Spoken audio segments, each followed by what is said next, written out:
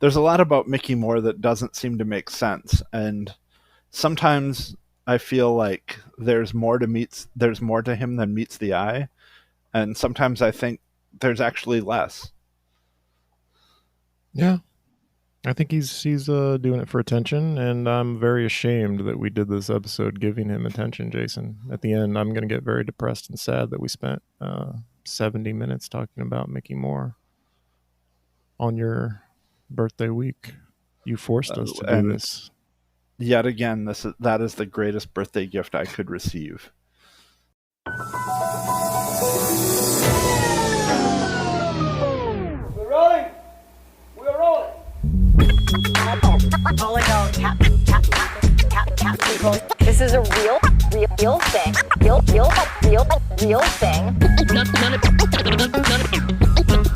None of you have the balls to stop this. Stop this. I've got plenty of time. I have nothing else going on today. We're in the Wedge neighborhood right now.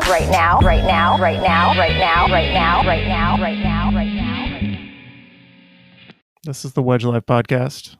I'm your host, John Edwards. My guests today are Taylor and Jason Garcia, both returning co-hosts, returning guests. Are you co-hosts or guests? I think in this context, I'm a co-host and Taylor is the guest. Taylor, sounds like a guest. Okay, yeah. I'll redo the introduction then. Taylor, investigative reporter Taylor. Yes. Is our guest, joining me, John Edwards, and Jason Garcia for a special Mickey Moore edition of the Wedge Live podcast. I made sure that I told Jason I was going to make it clear to the audience I didn't want to do this episode at all. Mickey Moore is not worth our time. This is an embarrassment to Wedge Live and this podcast to say his name, even let alone do a whole episode about him. But it's Jason's birthday, so we have to. It was my birthday. That's correct. You requested this, is what I'm saying. We didn't want to do this. Taylor didn't even want to investigate him. But for Jason's birthday, I don't know if that's accurate. The investigation happened before my birthday. Okay. Taylor, how would you characterize what's happening here today? Like the whole Mickey Moore thing? Like, are you doing this of your own free will? Did you investigate him of your own free will? Yes, no one's paying me either. Okay. That would be nice, but no one is. It's just okay. But just we're going to talk about some other stuff at the beginning, just to save us the embarrassment of doing an entire episode about Mickey Moore. Jason, what's on the agenda for the pre-show banter? What are we talking about? I had a few different ideas about things we could talk about. One, since Taylor is our special guest, and Taylor is the Duchess of Loring Park. This weekend is a big weekend in Loring Park with the Loring Park Art Fair. And as both of you probably know, we've had record poor air quality. So how's it looking outside at Loring Park there, Taylor? Does it look like there's going to be elderly people struggling to breathe in your neighborhood soon? There are. Brian said he's already seen some elderly people kind of wandering around, even though they're still setting up tents and nothing's happening yet, but they're already coming in here. And I don't know how, a lot of the vendors and artists themselves are older. So I don't know why this is going forward. It's bad out there. It's really bad. It is. I mean, there was no Uptown Art Fair this year. Right. Much to the consternation of Nextdoor and Steve Kramer. And nobody in Uptown likes the Uptown Art Fair, as far as I can tell. I certainly don't. I enjoy stopping traffic. I enjoy, let's reroute traffic away from Uptown. That's fine with me.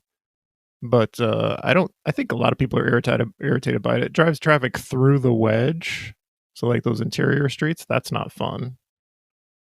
But it's not a fun thing. I wasn't heartbroken that it was canceled. No. And so now the Loring Park Art Fair is the bastion of hope for all of the people who come from the suburbs or wherever they come from for these events. One weird thing is during the Pride Festival at Loring Park, I was kicked out of Loring Park at like 8 p.m. I was sitting on a bench it was on a Saturday it had ended at 6. Pride had the festival. So I'm just sitting on a bench. It's still daylight, 8 p.m. And these two guys in a golf cart zoom up to me in their golf cart and they're like, "You got to get out of the park. It's over. What? We have taken control of this park from the park board. You got to go." I'm like, "Since when? Since when is that the policy?" Those guys have no authority. Yeah. And Did so I you talked to him for a while. I said, "Where is it posted that we need to get out of the park? Where is this posted?" And they had no answer for that. Eventually we left, but so I talked to a few park commissioners and like they have never heard of this either. Wow. do you suspect that these were some of Taylor's arch nemesis's goons that Jana sent out there? Oh. Are there goons? I mean, She's knows? got him on the internet. that's true. I think they were working for Pride. I just think they were overstepping their authority. It was a kind of strange security. I think someone did some research into the company, but it was another one of those just like kind of pop up, brand new private security companies. Yeah. And there's a new pack in Minneapolis. We're going to talk about that. All of Minneapolis is the name of the pack. It's got a connection to the mayor. It's hard to discern from the language they use what their politics are, but I think they're going to be this year's conservative pack, supporting candidates who are on the conservative side. There's a connection to the mayor, Lili Fatihi, who worked on his campaign in 2017. I don't know if she's working or has worked on his campaign this year, but it's got a Fry connection. I think she's described as the campaign manager of all of Minneapolis. Yes, that is how she is listed on the website. But from reading it, I get the impression that they are pro strong mayor charter amendment, because they use a lot of phrasing like, we want accountable, effective and accountable city government, which is, always Jacob's rallying cry that, if we add oversight components to the city council, then it won't be effective anymore and you'll have 14 bosses and things like that. Yeah. So that was my read on the press release that they issued last week, on the 21st. It just came to my attention today. I don't know that I have a ton to say about this pack. We will see more. It seems like they're getting in late enough that we won't be able to see how they spend their money until the pre-general report, which sometimes becomes public after the actual general election, depending on when they file. So it's late enough that they will escape a lot of scrutiny until after people have already voted. Oh, here's the language that I was thinking of from their press release. All of Minneapolis will endorse and support candidates that share its vision of a collaborative, solutions-oriented approach to the city's top challenges. It will encourage voters to vote no on the ballot question to amend the city charter to eliminate the Minneapolis Police Department, favoring, instead, deep structural reforms to police training and accountability, etc., etc. Then all of Minneapolis also supports the charter amendment to revamp city governance and put it in line with every other major city in the country. This includes St. Paul, which dropped a system like Minneapolis's 50 years ago when voters grew tired of dysfunction and infighting in City Hall. Yeah. So you can see that they're using the Jacob Fry argument that the charter amendment will destroy the police department, and that they need to align more power in the mayor's office and less in the city council. So it would be one thing if other cities are just doing great and Minneapolis is this outlier, but as far as I can tell, other cities are having problems too. And we have had a strong mayor when it comes to police. We have a strong mayor when it comes to police, Jason, right? You know that. It's true. Taylor, mean- you know that. Oh yeah. Our So- system is such that we have a strong mayor. The reality of such is not so clear. Right. Weak mayor and a strong mayor system. So, as a solution to our public safety issues, as a solution to what happened last May with the police killing George Floyd and the generations of corruption and abuse from MPD before that, changing to a strong mayor system is not applicable to MPD. We already have one. He's as strong as he can be. We've still got these problems. And it's being sold, strong mayor is being sold dishonestly to people as a way to address public safety. It's simply not the case. It's a power grab. And the business community loves it, and they're going to get behind it and spend a lot of money trying to concentrate power in the mayor's office.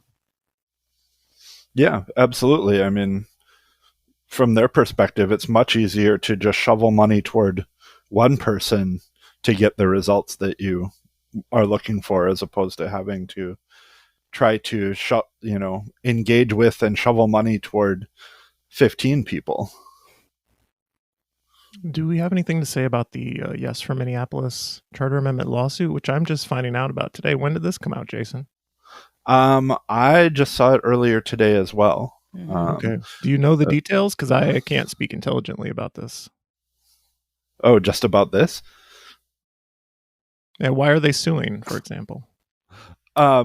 Basically, the thrust of the lawsuit is that because the city council voted to add the explanatory note to the charter amendment, that will prejudice people against it, that it will look so different than everything else that's on the ballot that people will either ignore it because they don't want to read that much, or they may be misled when they see some of the language that could be taken as implying that it will get rid of the police department. Yeah, and I think the explanatory notes are new for this year when it comes to charter amendments, and I think it's good to have explanatory notes, but the question is, what is in the explanatory notes? Yeah, and that's it's listed in the filing itself. But the argument for the lawsuit is that the city council doesn't have the authority to add that. That they can only approve the language of the charter amendment. Okay. Well, the city clerk has said that it's allowed by state law, so I'm curious to read the argument. Taylor, do you have any thoughts about the explanatory note? No, I only read that pretty late in the day today. Yeah. Jason, you're dumping agenda items on us late in the day. Well, it's not like you didn't have the authority to add some agenda items of your own instead of just saying we should add some and leaving it till the end of the day. Yeah. Ooh. Yeah, that is It's always on the co-host with this show. We're the behind the scenes work that we do is with little to no credit is just outstanding. I'm cruel to you, Jason, because I want to do the best show possible for our audience. I often say that you and I have a an older sibling, younger sibling sort of relationship, and I feel like in many ways you're the younger sibling that just wants to get me in trouble with mom and dad. Yeah. I'm the good child who behaves. Dubious. Well, rather than try to read this lawsuit during a podcast, which will probably make for a bad podcast, maybe we can move on. Yeah, we can come back and cosplay that we're doing the trial for that lawsuit later. So we have to start the Mickey Moore portion of the episode. As sad as that makes me. All right. Well, I'm very excited to see how you guide us through this discussion of Mickey Moore and his malfeasance. Taylor, take a deep breath. Are you ready? Because yes, this is the part of the episode where you have to shine. And, okay, I'm ready. And show people the really hard work you've put into investigating a city council candidate. Yes. Exposing this candidate who I don't think can win. He doesn't seem viable to me. No. So why Definitely did we not. start paying attention to Mickey Moore? What is the I don't know. significance I of think Mickey Moore? I So think I'll tee that Yeah. one up for Taylor. you do that. So last week, Mickey, or his campaign, I should say, sort of came out of nowhere with these weird spammy replies to Twitter posts and Facebook posts by Jason Chavez, who is the DFL and DSA endorsed candidate in Ward 9. I'd also like to point out that both Taylor and I endorsed Jason Chavez on this very podcast. So if you're listening to this, you should definitely vote for Jason Chavez if you live in Ward 9. I'm ready to endorse hard against Mickey Moore. I don't want to spoil the contents of this episode, but I'm endorsing hard against Mickey Moore. Excellent. So in his current job, Jason Chavez is a legislative aide to Minnesota State Representatives John Thompson and Mohammed Noor. So Representative Thompson has been in the news recently regarding some accusations of domestic violence in his past.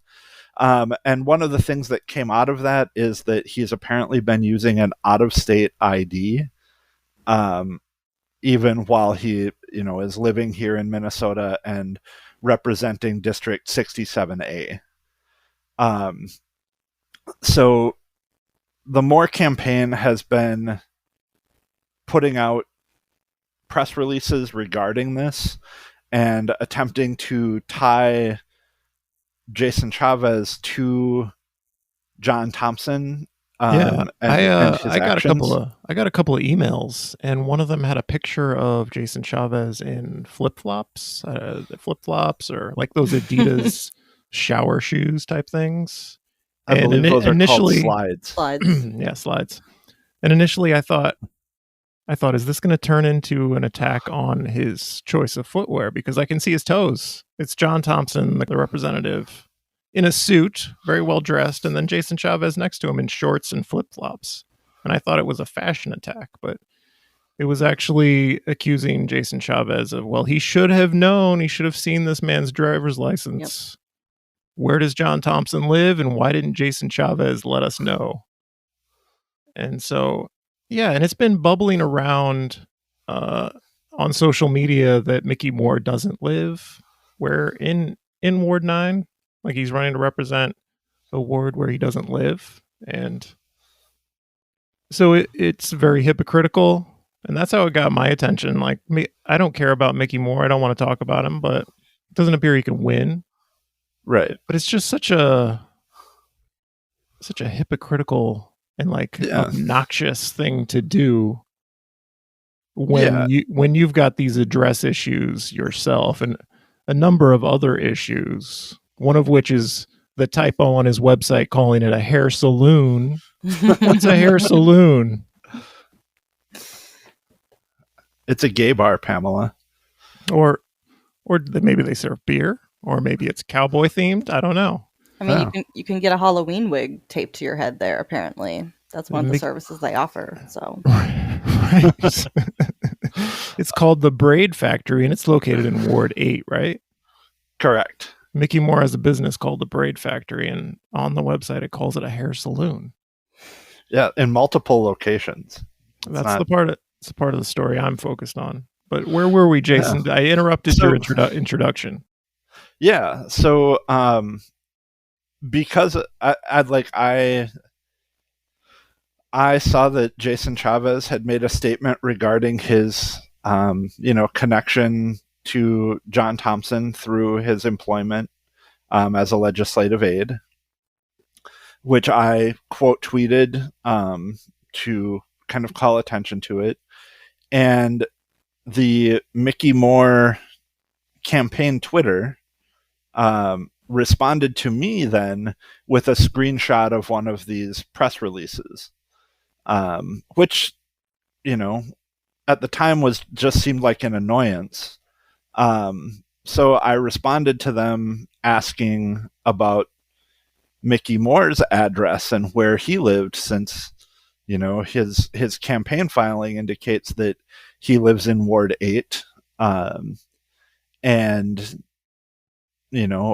I went along and kind of looked to see what other posts his campaign had made, and I saw that he had been replying to anybody that interacted with Jason Chavez's posts with screenshots of these press releases. So it's spammy and kind of, I don't know, just it seemed like a really weird campaign thing to be doing. So when I tried to engage, I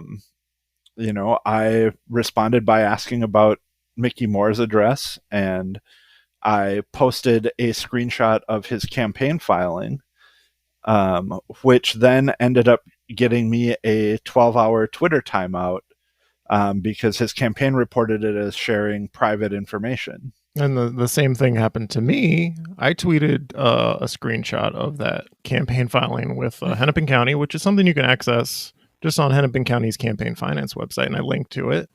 And I was also hit with a ban. Wedge Live was taken off the air all weekend, partly because I was appealing Twitter's decision. And how Twitter works is if you appeal, you are just suspended until they resolve it. And who knows when they're going to resolve it. And so I had to tweet all weekend from an account called Wedge Live for Women. That's how I got around the ban, which is a Twitter account for women by me, not by women. It's by me. And eventually I gave up on Monday. I just said, okay, I'm going to delete the tweet and then I'll just retweet the link. And so far I have escaped Twitter's scrutiny. It's weird how you can just post a campaign finance document and get banned. Yeah. And so I don't even think it's Mickey Moore's private information, because I don't think he lives in Ward 8 either. I think he lives in Oak Grove, but we'll get to that. Yeah. So all of that is, kind of a long introduction into how Mickey Moore came to our attention and how he and his campaign sort of ran afoul of the preeminent internet sleuth of Minneapolis left Twitter, which is Taylor. Investigative reporter, Jason, not an internet sleuth, investigative reporter. Sounds classier.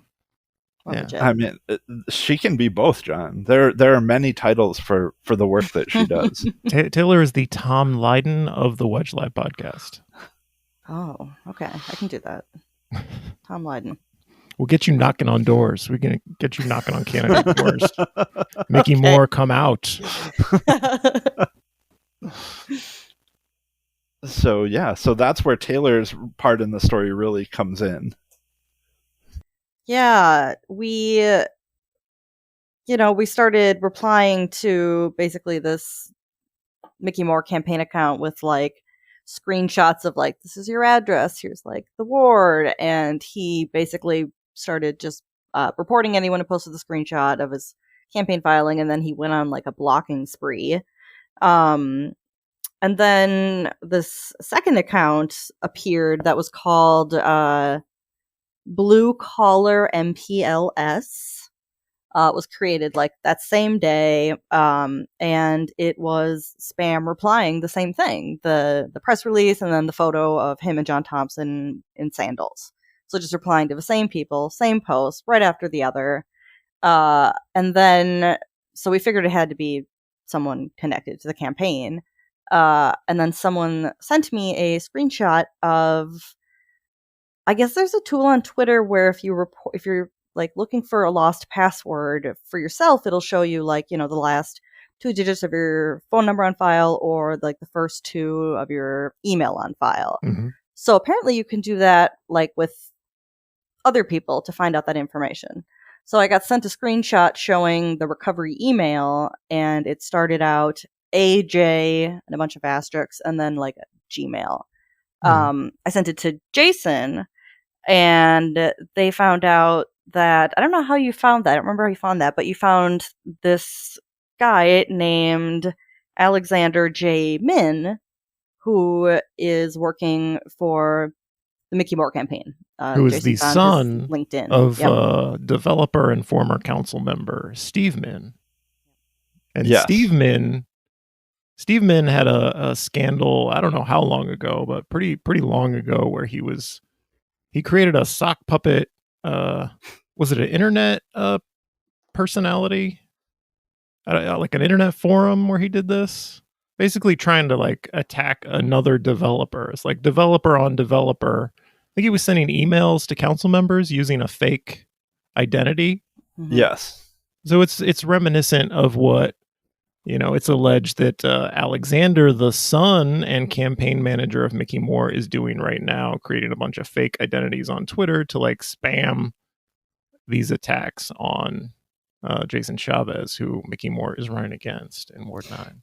Yeah, because he did it from his own account too. He has like a Right. personal account where he was spam replying the same thing, which like gave it away. And then if you questioned them, you got blocked by the Alexander Min account, the blue collar one. So it's just like you're the same person. Yeah. And the way that I found his name even was just a very simple Google search of AJ and then Mickey Moore for Ward 9. And that immediately found Alexander Min's LinkedIn page, which lists him as the full-time campaign manager for Mickey Moore. And from there, just searching out Alexander J. Min became very easy. Finding his Twitter and his Instagram. And then, that was when we made the connection to Steve Min, not to be confused with Steve Wynn, the 1970s casino developer in Las Vegas, which would have been way more cool. Right. Yeah. The Las Vegas connection. Not that. Yeah. Not that Steve. Different Steve. Right. So yeah, then, in starting to look through and learn more about Steve or Alexander Min, we found out that he lives in Huntington Beach, California. So he is apparently running Mickey Moore's campaign full time from the West Coast. Are we sure about that, or that's just a location online? No. Well, his LinkedIn profile lists his location as Orange County, California, and before he made his Instagram account private, his bio listed his residence as Huntington Beach, California, and he had some pictures of like his brother visiting him and them going to Disney World and things like that. Disneyland, right? Disneyland, yes. Sorry, that's the California one. So yeah, Mickey Moore's not running a great campaign. He's got a campaign manager who apparently doesn't even live here, which I don't know how you would do that necessarily, but it could be done. We're all doing things more virtually these days. But it all goes back to show that Mickey Moore is not a serious candidate, and we shouldn't even be doing this episode, as I'll reiterate. What are we talking? Let's stop talking about Alexander Min and move on to Mickey Moore, because he was a congressional candidate running against Ilhan Omar in last year, correct? Yes, that's correct. As one of the marijuana candidates, and he got like 10% of the vote, right? I think 9%. Yeah, 9% of the vote. And looking at all the information Taylor has gathered here, I have my doubts that he even lived in the 5th district when he was running against Ilhan Omar, based on this Oak Grove address evidence. What is the evidence we have that Mickey Moore lives in Oak Grove, which is outside Minneapolis, not in the 5th district, definitely not Ward 9? What's the evidence there, Taylor? Someone sent me a screenshot of a property lookup for the Oak Grove address that is owned by Mickey's mother, whose name is Kathleen. She owns both that property and the one on his campaign filing, and both are listed as homesteaded. So either her or like a direct child, I think, are the only people that can live there and still be classified as that. So with that address, we also found his wife's Facebook profile, which was completely wide open. I don't even know why she had, just no privacy settings, because she showed these items that Mickey received in the mail there at their Oak Grove address, like a big old box of packages for their Thai silk company, I think. And it says on there, Mickey Moore and the Oak Grove address. And that was posted just back in September. As he was running for against Yeah. Ilhan Omar in District 5. Yeah, and all her photos are taken up in that area. She clearly, their child is in that school district, because Mickey's wife shared something from an elementary school up there and was like, "We miss you, this teacher," last year. So, I mean, he clearly lives there. His mom seems to live at the campaign address. I found a foundation she was running out of that address in like 1997. So And it she's seemed like also yeah. listed as the campaign treasurer for Mickey Moore for Ward 9 That's at right. that address. Yep. At the Ward 8 address that Mickey claims is where he lives. And since both of them are homesteaded, there must be close Mickey Moore relatives, close Morehouse family relatives at both addresses. So if Kathleen is at the Ward 8 address, it seems likely that Mickey is at the Oak Grove address because that's homesteaded as well. And his wife has since made her Facebook pretty private. So, and isn't it the case that the bank, the campaign bank account, is it a bank that is conveniently located near the Oak Grove address and not the Ward 8 address? Yeah, it's up in East Bethel, which is apparently right up there. It's not the Wedge, and it's not Ward 9. No. I've never even heard of Oak Grove. It's pretty far from East Lake Street, or Powderhorn Park, where Mickey Moore is claiming he lives. I believe he said he lives across the street from Powderhorn Park. Although there was also a screenshot from Facebook that was making the rounds of somebody who spoke with him, and they had asked him about where he lived, and he was really cagey about it, and then ended up admitting that he had just recently started spending the night in Ward 9. So, it's been... There are a lot of different angles that all seem to point to Mickey Moore not living in Ward 9 or even in the city of Minneapolis, when he claims to live in at least in the city of Minneapolis on his campaign filing. And we should point out, it's not illegal to not live in the ward where you're running. You have to establish residency 30 days before the election. Is that right?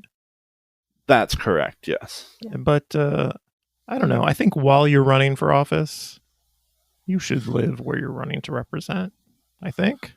And I think people deserve to know if you actually live here and not like Oak Grove, Minnesota. People deserve to know that. And like if Ward 9 wants to elect someone who currently lives in Oak Grove, they deserve to know that. Right. And, a lot of it just has to do with the campaign transparency, especially when it is casting aspersions on other candidates, for their connections to somebody who has an out-of-state driver's license. Yeah. And in addition to this being Jason's birthday week, and that's why we're doing this episode, I've gotten emails from the Mickey Moore campaign. It's so irritating to have Mickey Moore launch these attacks constantly against somebody else for their connection to a person who has had an address scandal, while Mickey Moore is not living in the place where he's running to represent. Right. And has misrepresented where he lives. But also, this ties into, when looking back at Mickey Moore's history, when he was a candidate for CD5, running as a legal marijuana now candidate. There were a few articles, one in the Daily from UMN, and one article that Naomi Kritzer had posted on her blog that indicated that he lives part of the year in Thailand. So not not in the city, not in the district, or even in the country. So, he has this history of not really being from where he wants to represent. The Legal Marijuana Now party has also had a history of recruiting candidates to run to sort of siphon votes from Democratic or DFL candidates. Right. There was an article in the Star Tribune about that following last year's elections, regarding a different candidate from the Legal Marijuana Now party who was actually recruited by Republicans to run specifically for the purpose of drawing votes from DFL candidates. So, the fact that is the party under which Mickey Moore ran also makes things a little suspect. And he also had declared his intention to run against Ilhan Omar again in 2022 as a candidate. So, he's got all of these theoretical campaigns that, he may or may not even live in the areas still that he's trying to represent, and maybe lived in an area outside of Ward 5 last year illegally when he was campaigning. Yeah, what Mickey is doing is just like running for things. Any office that's open, he's going to run for it. He's going to become the perennial clown candidate for everything, which is, again, Jason, why I am so embarrassed we're doing this entire episode about Mickey Moore. Can't believe you forced me into this. Yeah, I mean, I can. It's your chagrin is much to my amusement. So the fact that you get to talk about Mickey Moore with us is probably the best birthday present I could have hoped for from you this year. I hate it. Hate it all. So go ahead. I'm looking. There's such a long list of the case against Mickey Moore, the clown candidate. Where do we go to next? What? Well, one of the things to again refer back to this Legal Marijuana Now candidacy that he has on his campaign website for Ward 9. He lists the Legal Marijuana Now party candidate as someone who has endorsed him. Mm-hmm. However, if you look at their website, they don't have any endorsements for anybody in this election cycle. It seems like he's claiming their endorsement based on the fact that he ran for them last year. The evidence here is weak, Jason, because an organization like the Legal Marijuana Now party, or whatever it's called, you could see them forgetting to update their website, right? Right? It's possible, yeah. They might just be missing a whole election cycle here, and they'll come back around in 2022. What I'm more interested in, Taylor, is is it called the League of Minneapolis Homeowners? I want you to spend about 20 minutes outlining the problem. I want to go really deep and detailed into the League of Minneapolis Homeowners. And what's the deal there? Well, it's an opportunity because it doesn't exist. Mm-hmm. So if that's something you want to start, tell us what. So Mickey Moore is claiming this group has endorsed him, mm-hmm. but there's some details about the League of Minneapolis Homeowners, or lack of detail, that I have found very amusing. It's just like ungoogleable. There's nothing. Right. They have a logo, but if you Google image search the logo, it's a terribly designed logo. It's got the Minneapolis skyline, and then like somebody went in MS Paint and just did some text that says the League of Minneapolis Homeowners, and Mickey Moore slapped it on his website. But you can't Google the group. The name of the group is ungoogleable. You can't image search the logo. It appears not to exist anywhere except as an endorsement for Mickey Moore, which is very suspicious. I follow Minneapolis politics closely, and I would have heard of a group of the name the League of Minneapolis Homeowners. Why haven't they endorsed in other races? Where are they based? What are their values? It sounds like a a wholesome group. But did Mickey Moore just invent this group? Did Alexander Min, master of sock puppets, did he come in and just work up a thing in Photoshop and invent a group? We don't know. It's a mystery. Yeah, that was also something we were wondering if Mickey Moore himself was even aware of any of these like tweets happening, like if Alexander was just running the Mickey Moore account, or if it was like Mickey himself and maybe he woke up the next day and heard like, oh, look what Alexander did, and it's like kind of everywhere now that I'm out of my ward and making bad sock puppets. Did we cover the League of Minneapolis Homers? I feel like I dominated that segment. I wanted Taylor to do it, but I don't know anything about them. There's nothing. I mean, I feel like this would be a really good opportunity for you to just throw up the screenshot of the Google search for League of Minneapolis Homeowners. Oh, you know what I've forgotten to do through this whole episode when we did a dramatic reveal? Sound effects? Yeah. Oh, man. Oh, that's You're going to have to add that in post. I will, but then we won't be able to laugh about it during it'll feel very unnatural. Yeah. So, Taylor, just real quickly say, and the League of Minneapolis Homeowners, I don't know how to phrase it, Taylor, but tell us that the League of Minneapolis Homeowners is a fake group that we can't Google. The logo can't be image searched. Just rephrase that in about 10 or 15 seconds, and then I'll play the dramatic music as if we didn't just already go through it. Let's try that. Okay. The League of Minneapolis Homeowners does not exist, and the logo is only appearing on Mickey Moore's website. There we go. Thank you. That makes me feel better. And remind me to use the dramatic sound effects as we go through more revelations. Yeah. So another exciting lowlight, I suppose, from Mickey Moore's endorsement is the fact that he is endorsed by Operation Safety Now, the organization started by Richfield citizen Bill Rodriguez, who also lied about living in Minneapolis. Yeah, another guy with address problems. How come these people who don't live in Minneapolis coming in and trying to tell us how to fix Minneapolis? What's that about? I believe the term is carpetbagger, John. Yeah. I mean, that's... and if you want to get into some of these connections between Operation Safety Now and Ward 9,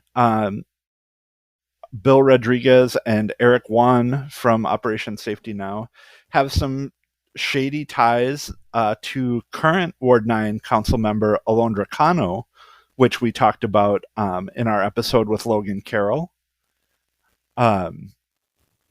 So, Operation Safety Now obviously is a pretty well-known pro-police organization who is, finding candidates to support who are always against the charter amendment, yes for Minneapolis, and always in favor of more resources for the MPD, despite their murderous ways. A momentary counterpoint, Jason, to paint Operation Safety Now as this big bad group who's going to come into Minneapolis and enforce military rule, but they can't recruit a candidate better than Mickey Moore. What does that say about their actual power?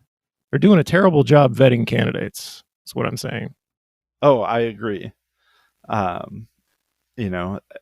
feel like one of the themes of this episode should really be that there is a lot of villainous intent that is being executed by bumbling fools.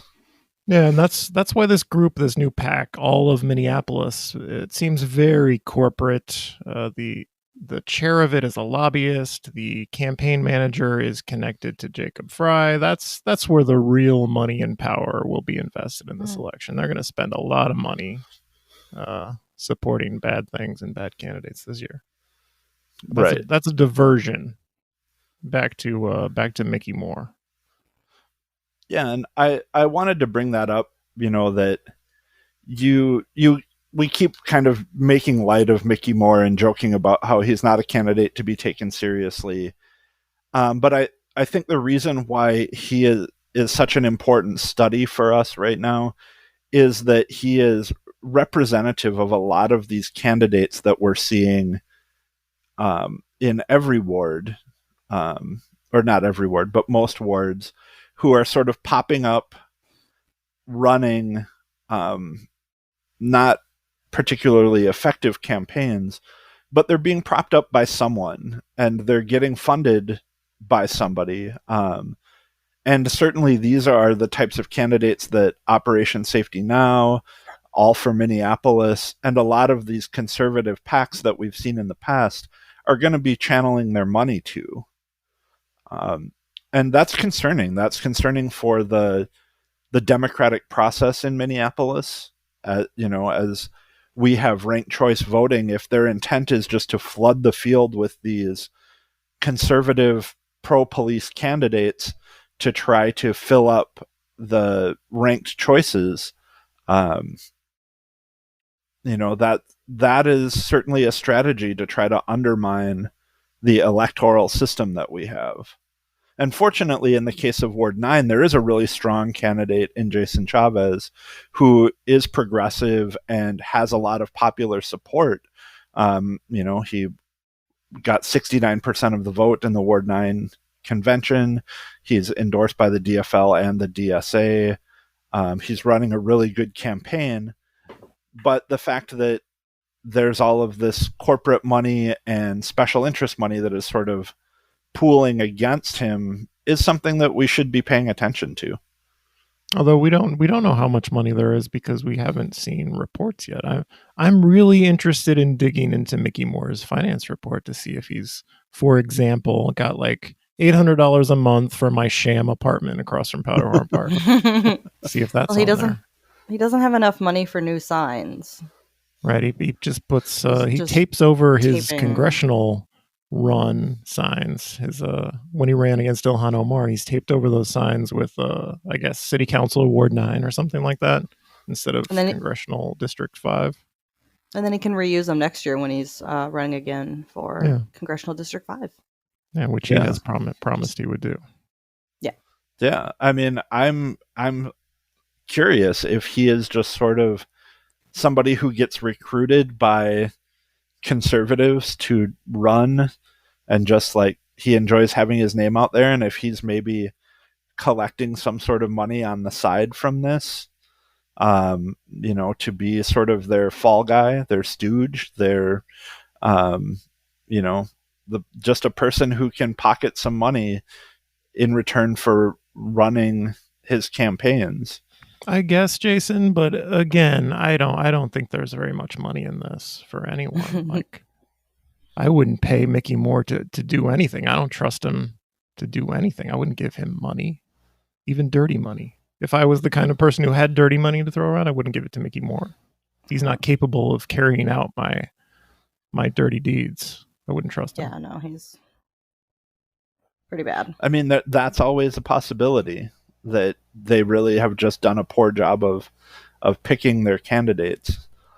But, when looking back at the Operation Safety Now releases after the ward conventions, they mentioned that they take any chance that they can to insult Jason Chavez, but also, to say that Mickey Moore lost, but that's going to change in November. That they have to continue to get resources for his campaign so that he can stand up against Jason Chavez and things like that. So I think in terms of whether there's money there or not, the types of politics that they're using to run this race are questionable at best. I want to go back to the scammy con artist vibe that Mickey Moore gives off. And so he has this braid factory, which maybe a typo, maybe not. It's a hair saloon. It's a hair saloon. Taylor, I think one of your biggest scoops through your career so far investigating Mickey Moore as an investigative journalist is the the Halloween wig that appears on Mickey Moore's Braid Factory website. It's not an actual hairstyle. No. It's No, a Halloween wig. And tell us how you determined that this was not something one of Mickey Moore's Well- hair saloon stylists did, that it was actually a Halloween wig. I mean, you can kind of, the more you look at it, you can kind of tell, because it's like a white guy with like a kind of stereotypical like dreadlocks, like black dreadlocks, and he's making like a really goofy face. So it just looked wrong. So I Google reversed image searched it, and it's for sale on a lot of like Greek costume websites. Okay. Really popular there. It's not something you could sell in the United States. It's not it's a little racist. I don't know what the rules are for wearing dreadlock wigs as a white person, but it seems like it would be a politically incorrect wig to be selling, possibly a racist wig to be selling in the United States. And I don't know if it's connected, but one of the very few 5-star reviews for the Braid Factory on Google was from a white woman who went and got box braids. So, okay. I don't know. The place, I'm honestly shocked to find that it was like a business, because I've been by there a couple times and it honestly just looks closed. I've never seen like anybody go in or out. Yeah, I went by on the bus one time, and I think I sent a picture to Jason, and I was and I saw the Braid Factory sign. I'm like, isn't this the braid, the hair saloon run by Mickey Moore? And Jason was like, well, how did you guess? There's a big Mickey Moore sign there. The only Mickey Moore sign. He's got his campaign sign up on his business, a big banner. Are we still connected, guys? It says lost connection to me. Where did we leave off? The last thing that I remember was you were asking Taylor about the racist wig. Oh yeah, the Halloween wig. Yeah. And you had gone into great length about how you weren't sure if it was like an appropriate wig to be sold in the U.S. Yeah, you can only be racist in other countries now, is what I understand the rule is. Yeah. Only the Greeks are allowed to be racist. Yeah, what do the Greeks know? Ooh. Now you're not going to be able to get a euro anywhere in the city, John. Not going to go to the Greek festival in Uptown. They'll kick you out. I hope they hold the Greek festival in Uptown. That's one of my favorite festivals. I love the food. I'm really hoping. In the former East Calhoun neighborhood, now East Bede Makaska. Yeah. So have we wrapped up the wig conversation? I do enjoy the expression that the man is making. Like, it's obvious that this is... Yeah, you could tell by looking at his weird expression that's a Halloween wig. I think that was the joke I made when I saw it, and then Taylor, investigative reporter, determined, yes, that is a Halloween wig. It's Halloween wig. Yeah. But this is what a professional braiding saloon is advertising as one of their available hairstyles. Yeah, if you really were running a hair saloon, would you put that picture on your website? I cut my own hair, and I know that that's not a real hairstyle. That is a Halloween wig. It's like they were just Googling dreadlocks and saving whatever pictures, but not even looking at them. Mickey Moore is he's going to scam you. Imagine letting this person anywhere near a council member's office. Yeah, I mean, that's for the your irony. For your own sake, Mickey Moore, drop out, because you could get elected and end up going to jail. We know you're a scam artist.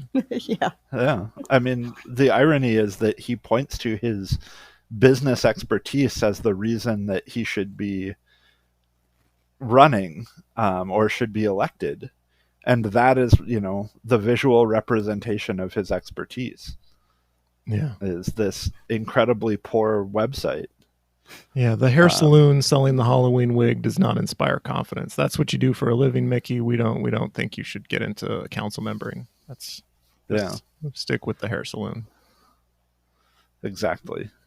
One of the other weird endorsements that he has is from Cup Foods. Yeah. Why are we doing endorsements from Cup Foods? Mm-hmm. How do you acquire that endorsement? It's not even in Ward 9. What is the political ideology of Cup Foods?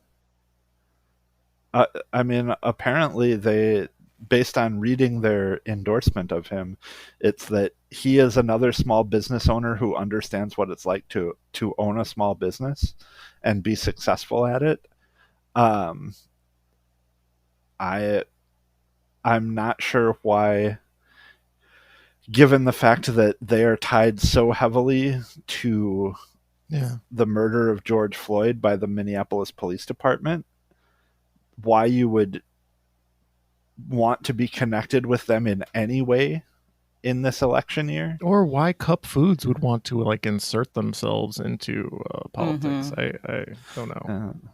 Although I suppose given the League of Minneapolis Homeowners, maybe this is just a totally manufactured endorsement. We should check this out. I'm imagining Mickey going to 38th in Chicago, going into Cup Foods, having a conversation and thinking, well, they were nice. I guess I'll put that on my page as an endorsement. He also has maybe they have no idea. Yeah. He also has the coveted Tom Hoke endorsement. Oh, really? Yeah. Yeah. Don Samuels, Tom Hoke. Tom Hoke. That is a scandal for Tom Hoke. Again, can you throw up your Venn diagram with the sound effect right here? And again, I come back to vetting your candidates. Like I'm not going to say every candidate on the left is great this year, but there is a huge quality difference in the jackasses that are running on the conservative side and the people running on the left. And yet we've got to hear about let's put the adults in charge. Like, you're the ones running around endorsing people like Mickey Moore and like Victor Martinez, this womb to the tomb guy. Or even Mike Winter now running for mayor and filming his videos in Shakopee and another residency issue. I really doubt Mike Winter is going to get any endorsements. Let's not be so cruel to Minneapolis conservatives by saying that Mike Winter is one of them. We have no idea. Maybe he'll get the League of Minneapolis Homeowners endorsement. He could, yeah. Well, they can't say they didn't endorse him because they don't exist. So just slap that logo on your website, Mike. Yeah, I mean, maybe this is a real opportunity for us to form our own group, and we can steal back the name, the League of Minneapolis Homeowners. All we need is a website, and I'm sure that between us we know a few homeowners who would allow themselves to join a fictional league.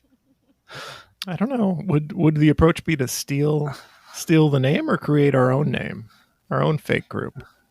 Oh, steal the name and the logo. Yeah, and then we could issue a press release weekly saying that we do not endorse Mickey Moore.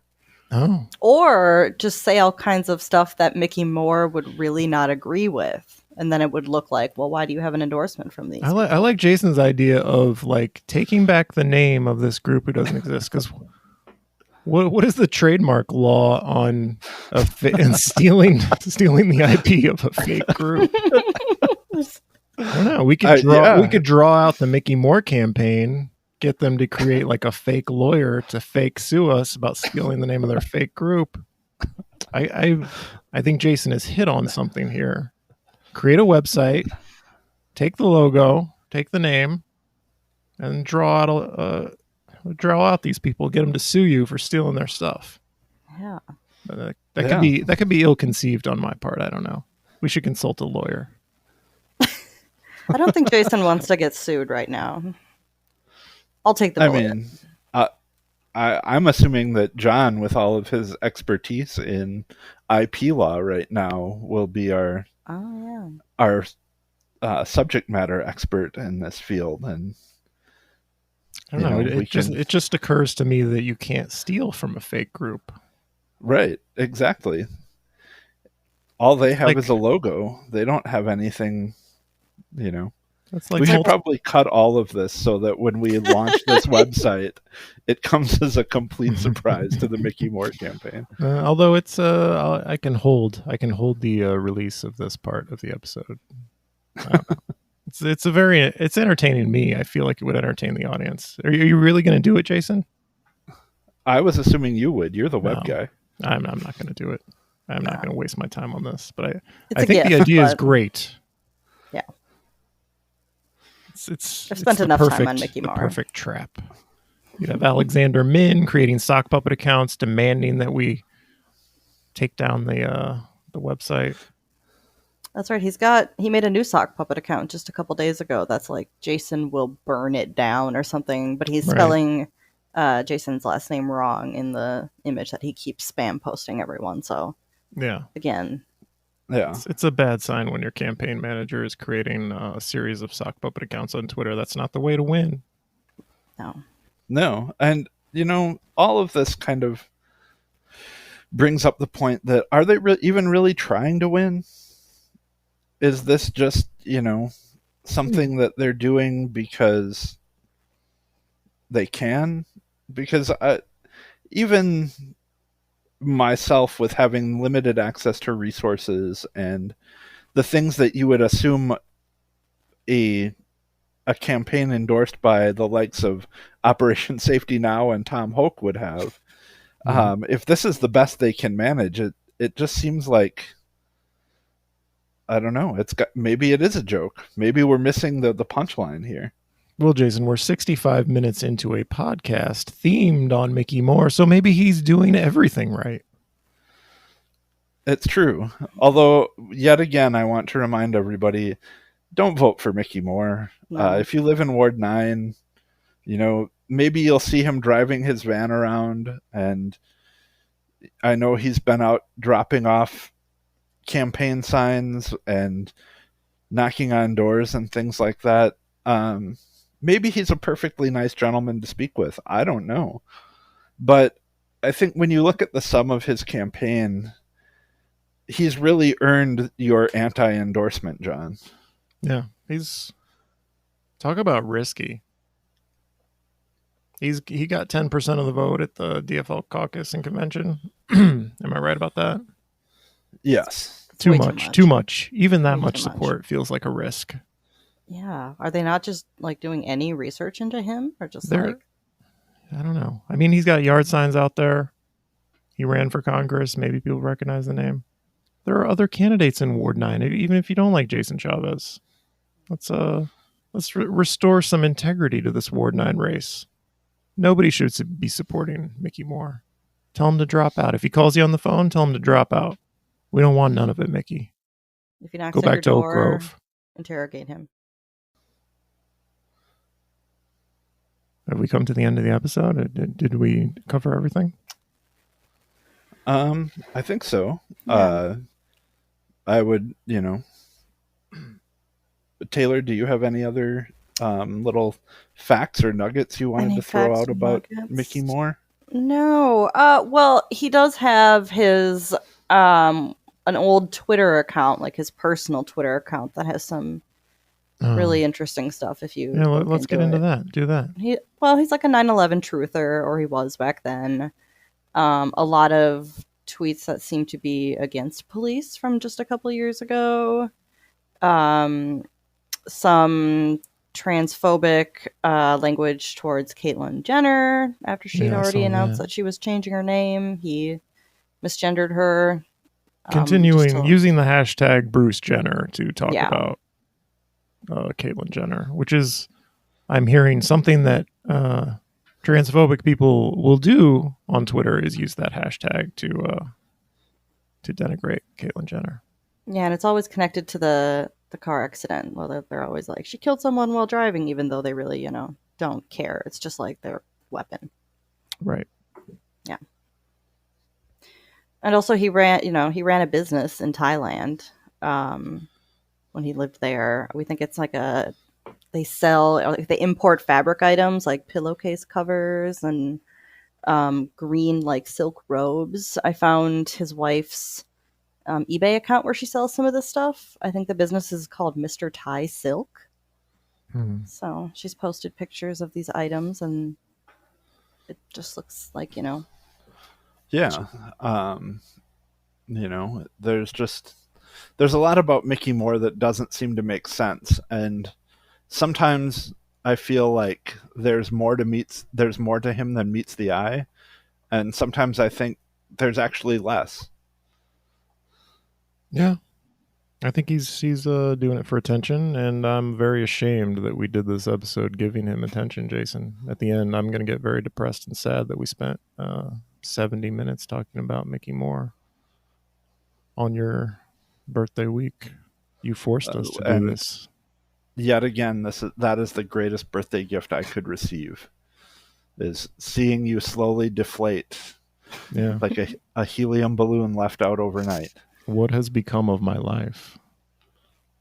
I talked to Steve Brandt earlier this week. That was surprisingly a fun conversation, if you can call it that. I don't know if we want to end the Mickey Moore talk episode talking about Steve Brandt.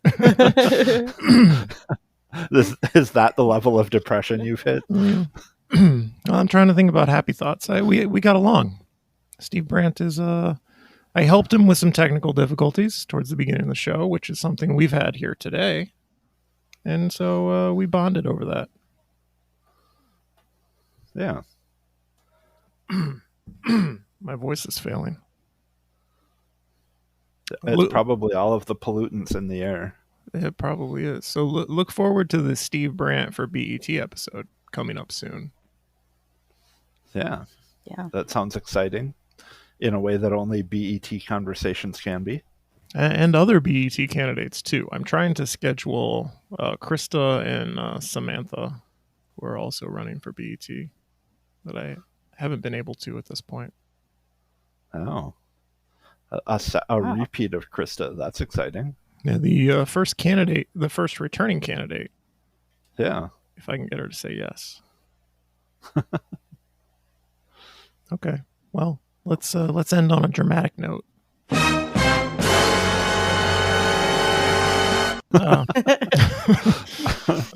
Thank you to my guest, Jason Garcia. No, my co-host, Jason Garcia. My guest, investigative reporter Taylor Dolan.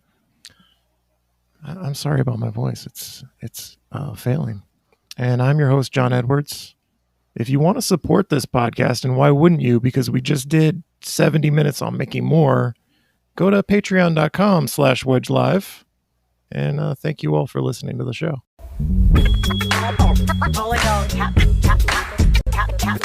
This is a real thing. Real thing. None of you have the balls to stop this. Stop this.